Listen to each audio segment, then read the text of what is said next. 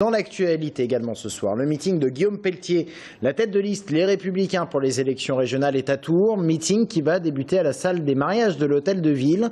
Nous sommes en direct avec Sabrina Meloult qui est sur place. Sabrina, Guillaume Pelletier va donc bientôt s'exprimer. Bonsoir Florent, je ne vous entends pas très bien, pardonnez-moi.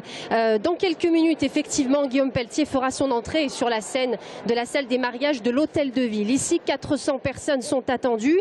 Des soutiens de Guillaume Pelletier, évidemment, dont on va parler dans quelques secondes, sont attendus également, et sans surprise, le président de l'UMP d'Indre-et-Loire, Philippe Briand, et son secrétaire départemental, Fabrice Boisgard. Alors la campagne, vous le savez, elle a évidemment commencé il y a plusieurs mois.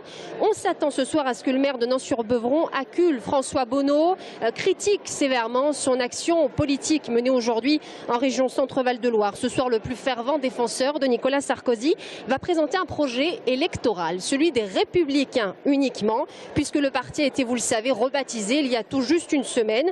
En quelques mots, ces axes de campagne que Guillaume Pelletier développera ce soir: PME et apprentissage, tourisme, culture, patrimoine, agriculture, éducation, formation et aménagement du territoire. Sabrina, les Républicains et les centristes de l'UDI et même le MoDem souhaitent faire une liste commune pour ces élections régionales. La volonté était clairement affichée. Les pourparlers ont lieu en ce moment. Ce sont des négociations tendues.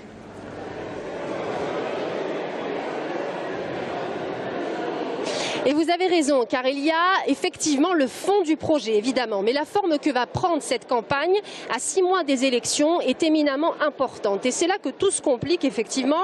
Les Républicains veulent peser. Nous avons, disent-ils, 22 parlementaires sur la région, des centaines de maires, 15 000 adhérents. Nous voulons la répartition suivante: 75% de Républicains, 25% pour nos partenaires centristes, dont Philippe Vigier, le chef de file des centristes, le député UDI d'Eure-et-Loire, qui lançait sa campagne il y a tout juste une semaine.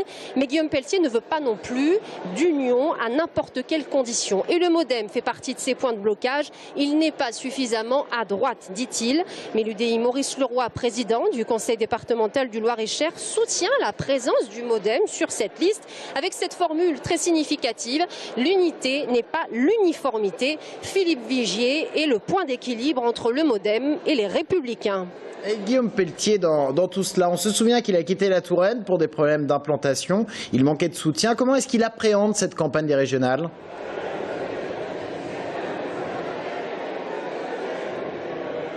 Alors Guillaume Pelletier, c'est l'homme qui est constamment en campagne, l'homme qui est là où les autres ne vont pas toujours. Depuis 18 mois, il arpente les rues des petites communes, il y organise des réunions et surtout, il s'est constitué un réseau d'élus qui le soutiennent aujourd'hui dans sa campagne.